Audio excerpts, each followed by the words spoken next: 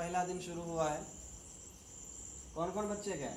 जो खैर चले गए, जो नहीं गए उनको बोलना आने के लिए। बहुत सारे बच्चे नहीं आए, आज रजिस्टर में नाम नहीं लिखे हैं, कल से लिखेंगे, ठीक है। जो नया बच्चा आएगा उसका फी लगेगा, जो पुराना बच्चा उसका नहीं लगेगा। अपने अपने घर से सबक याद करके आओगे, ठीक है। सुन रहे हो? अगर सुन रहे हो तो बोलो, अगर जिंदा हो तो। साफ सफाई ख्याल रखोगे, ये अल्लाह का घर है, यहाँ सफाई का ख्याल रखना बहुत ज़रूरी है। अल्लाह के घर का अदब एहतराम बहुत ज़रूरी है।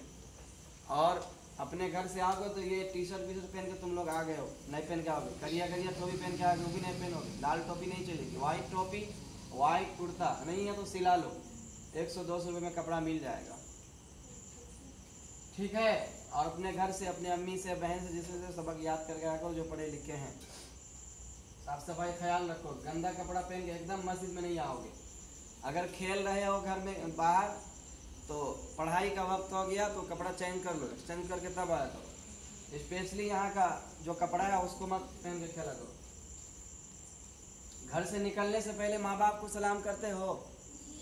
घर अगर रास्ता में कोई मिल जाए, दादा दादी, नाना नानी, फूफा या रिश्तेदार, कोई भी, इमाम, सदर, सेक्रेटरी साहब, कोई भी, तो सलाम करते हो उनको?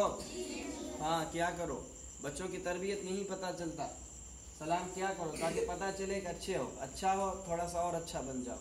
अच्छा बनने के लिए अच्छा काम करना पड़ता है। इससे क्या होगा, तुम्हें दुआएं मिलेगी।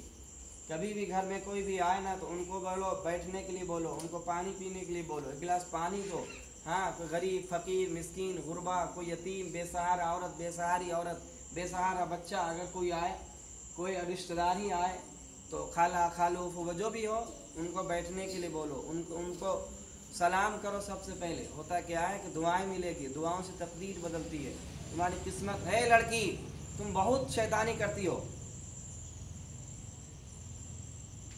दुआओं से क्या होगा कि बहुत ऊपर जाओगे। दुआ भी बहुत जरूरी है जिंदगी में।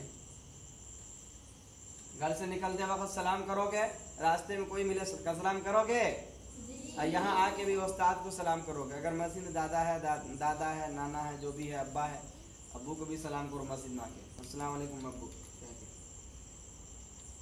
गलत नाम से किसी को नहीं पुकारोगे। अभी किसी ने किसको पुकारा, वो गलत है।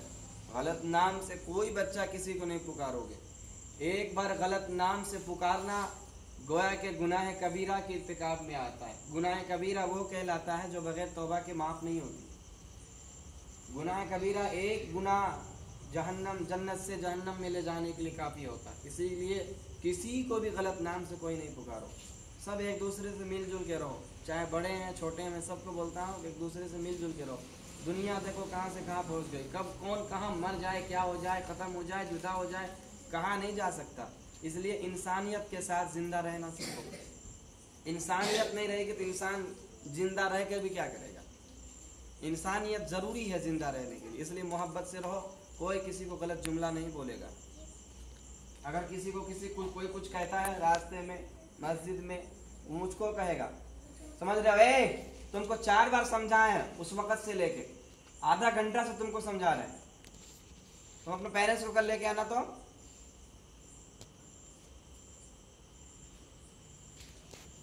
अगर कोई कुछ कहता है तो मुझको कहोगे, ठीक है। तमाम लड़के बच्चे हैं, कुर्ता पहन के आओगे, टोपी पहन करके आओगे। और मस्जिद में अदब का ख्याल रखोगे। अदब से क्या मतलब, गंदा नहीं करोगे। कोई नाक खुजाता है, कोई कान खुजाता है, कोई जो है कपड़ा गंदा कपड़ा पहन के आ जाता है, कोई किसी को गाली गलौज करता है, कोई गंदा करता है, कोई पेशाब कर देता है, कोई फाड़ के फेंकता है, कोई चॉकलेट खाता है प्लास्टिक में। ये सब नहीं होना चाहिए मस्जिद में, ये बिल्कुल नहीं होना चाहिए। पढ़ाई ज़रूरी है। उस वक़्त आपकी पढ़ाई में बरकत होगी जिस वक़्त आप उस जगह का भी अदब एहतराम करेंगे। पढ़ने जिसके पास पढ़ते हैं उनका भी अदब एहतराम करेंगे। आज मौलवी साहब को लोग गाली देते हैं, वही मौलवी की बदौलत है कि आज मैं तुम लोगों को पढ़ा रहा हूँ। आज कहता है कि मौलवी बीमार पड़ जाए, पैर टूट जाए, ये हो जाए, वो हो जाए, फलाना वाला, कुछ बच्चे और बोलते रहते हैं। आज मेरे उस्ताद हमको नहीं मारते तो हम यहाँ तुम लोग को पढ़ाते, हम भी कहीं जा कर के हम भी कुछ काम कर रहे होते, पता नहीं नमाज पढ़ रहे होते कि नहीं पढ़ रहे थे। इसलिए पढ़ाने वालों का भी अदब ज़रूरी है, जहाँ पढ़ते हो उसका भी अदब, उस जगह की भी अदब ज़रूरी है, और जिस चीज़ को पढ़ते हो, जिस किताब को, उसका भी अदब ज़रूरी है। तीनों ज़रूरी है। और लड़की जितनी है सब हिजाब पहन करके आएगी, छोटी बच्ची को बताएगी कि साफ़ सुथरा कैसे रहना। एक घर से 3 बच्चे आते हैं, तो जिसकी बहन है, जिसका भाई है, ये सब बताओ कैसे पढ़ना है, कैसे आना है, कैसे रहना है, कैसे यहाँ पर लड़ाई झगड़ा नहीं करना। ये सब बड़ी बच्ची बताओ, खाली हम ही बताते रहेंगे, तुम लोग भी कुछ सीखो। सारी बातें बताने की नहीं होती, कुछ बातों का अंदाज़ा लगाया जाता है, देख के इंसान सीखता है। समझ में आ गई ना? अब जो बच्चे पढ़ने नहीं आते हैं उन बच्चों को आप कहना पढ़ने के लिए लेकर के आना, ठीक है? जिस तरीके से प्यार मोहब्बत से पढ़े थे इंशाअल्लाह उसी तरीके से पढ़ाई होगी और अच्छे से पढ़ाई होगी। और उसी तरीके से अब इंशाअल्लाह क्या बोलते हैं कि जलसा भी होने वाला है, तो उसमें और बढ़ चढ़ के तुम लोग हिस्सा लेना, ठीक है? आ गई बात समझ में? सुना कि नहीं सुना? इतनी बात पर अमल करोगे जितनी बातें कही गई है? हाँ, ऐसा ही समझ लो, ठीक।